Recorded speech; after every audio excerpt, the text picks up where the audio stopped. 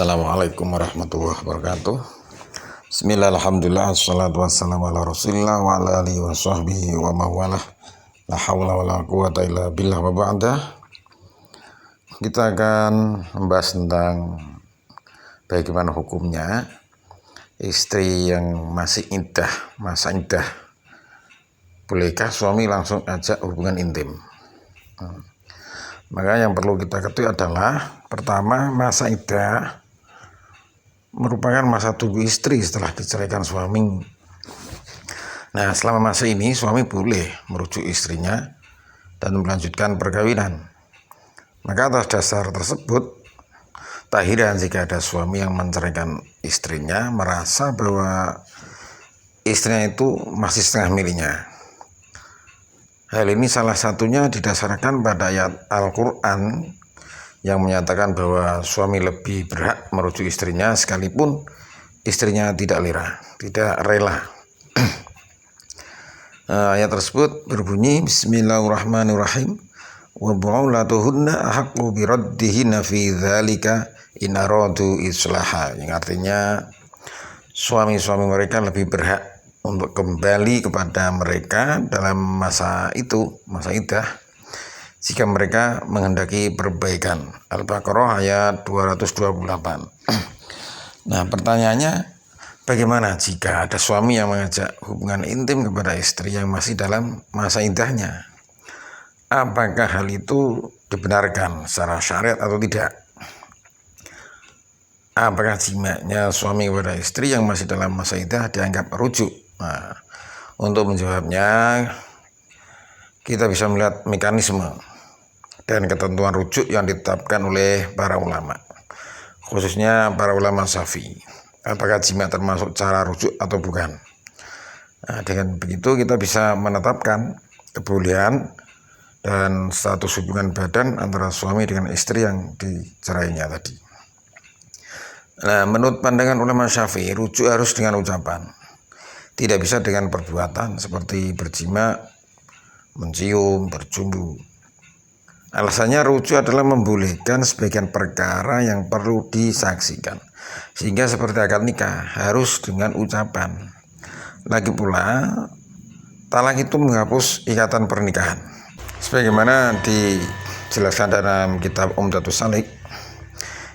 Qala musannif, idza talaqa al-hurru talqatan aw talaqataini aw talaqal amdu talqatan ba'da dukhuli bila iwadin falahu qabla tanqadhiya al-iddatu ayuraja sawa'un radiyat amla walau ayutaliqaha wa in mata ahaduma warisahul akharu lakin la yakhilu lahu watuha wala nadhuru ilaiha walal istimta'u biha qabla al-muraja'ati wa in kana talaqu qabla dukhuli aw ba'dahu bi'iwadin fala ruj'ata lahu wala tasihhu arja'atu illa bil lafzi faqat fayaqulu raja'tuha aw radadtuha wa amsaktuha.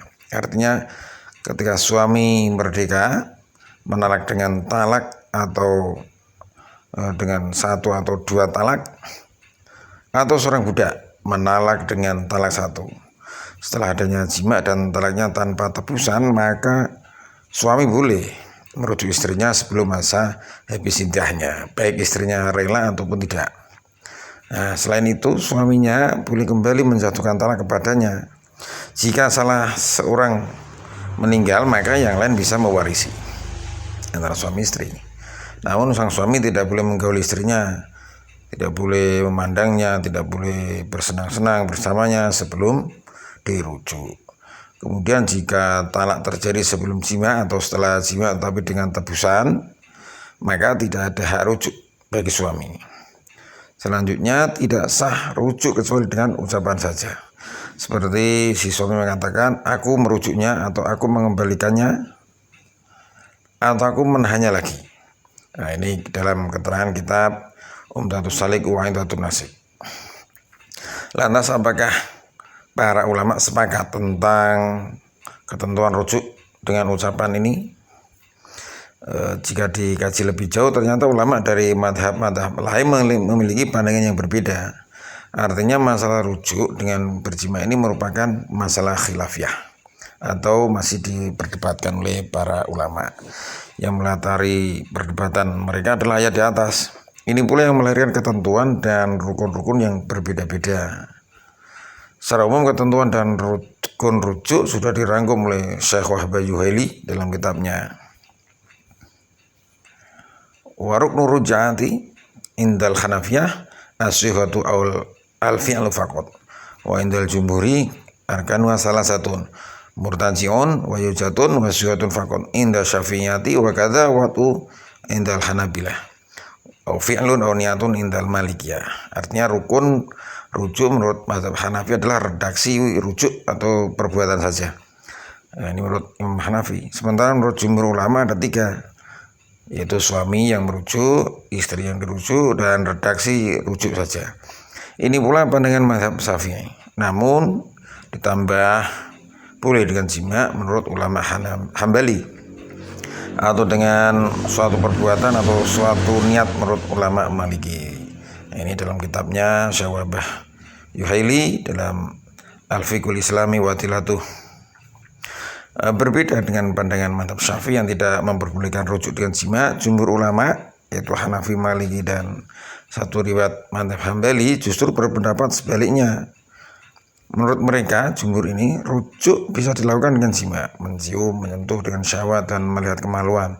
Sebab rujuk artinya mengembalikan istri ke dalam ikatan perkawinan, sehingga mengembalikan sesuatu tidak mesti dengan ucapan. Ini juga diperkuat dalam Al-Mushah Al-Fiqhiyah Kuwaitiyah. Kesimpulannya, dengan demikian berdasarkan kutipan dan ragam pendapat di atas dapat disimpulkan bahwa pandangan ulama Syafi'i tidak diperbolehkan merujuk istri yang dicerai dengan perbuatan seperti jima, mencium, mencumbu, dan sebagainya. Ini pendapatnya Imam Syafi'i. Karenanya seseorang suami tidak boleh mengajak istrinya berhubungan badan sampai ia menyatakan rujuk dengan ucapan. Nah, tapi sementara jumhur membolehkannya. Ini artinya selaku mayoritas pengikut mazhab Syafi'i, kita dituntut untuk mengedepankan pandangan ulama Syafi'i. Namun tidak pula bisa disalahkan jika ada suami yang mengajak hubungan intim istri yang dicerainya atau mungkin telah melakukannya selama dalam masa iddah, mengingat pendapat jumhur ulama membolehkannya.